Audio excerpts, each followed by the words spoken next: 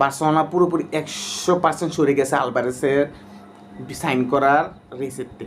কারণ গ্রীষ্মের এই কিছু দিনে শেষ মানে ট্রান্সফার শেষ উইন্ডোতে লাস্ট দিন পর্যন্ত বার্সা বলেছিল অপেক্ষা করবে, যেখানে আলভারেজ নিজেও বার্সা যাওয়ার জন্য নীরবে সব চেষ্টা চালিয়ে যাচ্ছে। কিন্তু এইদিকে অ্যাটলেটিকো মাদ্রিদ যা করছে সেগুলো অমানুষের কাজ ভাই।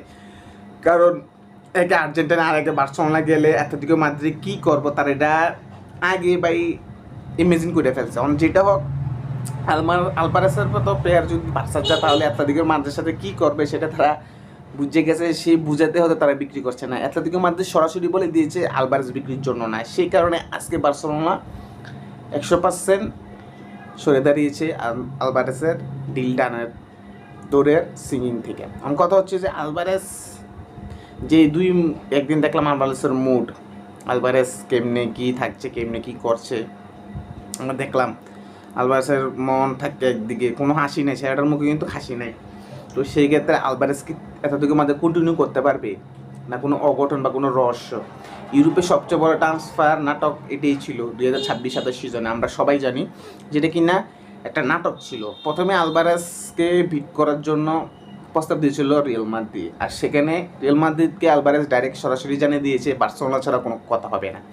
তো সেক্ষেত্রে যখন বার্সেলোনা শুনেছে আলভারেজ নিজেই চাচ্ছে বার্সেলোনা আসার জন্য, বার্সেলোনা তো ভাই পুরো দমে উঠে গেছে আলভারেজকে দলে নিতে হইব।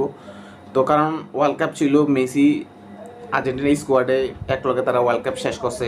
আমরা জানি আর্জেন্টিনাটা ভালো একটা ছন্দে ছিল, তো যা এক ব্যাড লাক ওয়ার্ল্ড কাপ নিতে পারি না। ফাইনাল পর্যন্ত আছে মেসি 39 বছর বয়সে।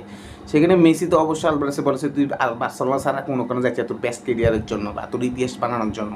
আলভারেজ তো বুঝে এলেছে আর যাতে কইছে এটা কাটা লিওনেল মেসি গড। তো সেই ক্ষেত্রে আর কোনো উপায় থাকে না আলভারেজের দ্বিতীয় কোনো অপশন পাবা আর্সেনাল, পিএসজি যারা কিনা এখনও দৌড়ে রেসে আসে আলভারেজকে সাইনিং করার জন্য তাদের ক্লাবে।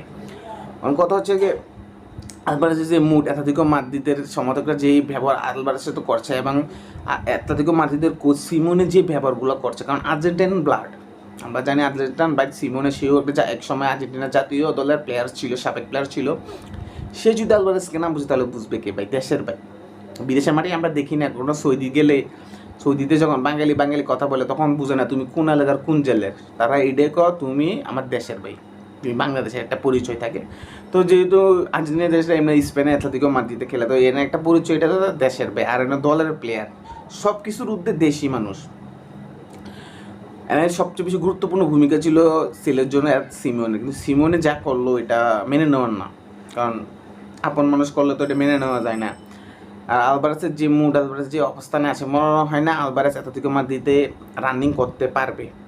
আমি জানি, আমার মনে হয় না অ্যাটলেটিকো মাদ্রিদে আলভারেজ কন্টিনিউ করবে, কারণ এমন সবাই হয় না, হয় নাকি একটা ছেলে তার পছন্দের বিরুদ্ধে গিয়ে বা কিছু করতে পারে না, ছেলেটা ডাউনফল হয়তো শুরু হয়ে যাবে অ্যাটলেটিকো মাদ্রিদের কারণে। নয়তো অ্যাটলেটিকো মাদ্রিদে একটা বছর থেকে 27 সালে 27 সিজনে যাইব, যাইয়া উর্দু মারবো আমরা দেখে, যেমনটা হয়েছিল কিলিয়ান এমবাপ্পের সাথে। পেয়েছি সারানা পিজি থেকে রিয়াল মাদ্রিদে এমবাপ্পে আসে না, আজকে আসলো পিজি ইংরেজি তালিকাছে, এমন সেমটা হইব অ্যাটলেটিকো মাদ্রিদের সাথে লিখে রাখেন, সেমটা হইব। কারণ আলভারেজ যে ধরনের প্লেয়ার, তার মতো ভদ্র প্লেয়ার, কারণ মেসির উত্তরসূরি, মেসি ছিল তার আমলের সবচেয়ে ভদ্র প্লেয়ার, মেসির আমলে এখনও আছে ভাই। সেই ইন্টার মিয়ামিতে কী করছে দেখছেন, আঙ্কারে মেসি ফাটাই দিতেছে।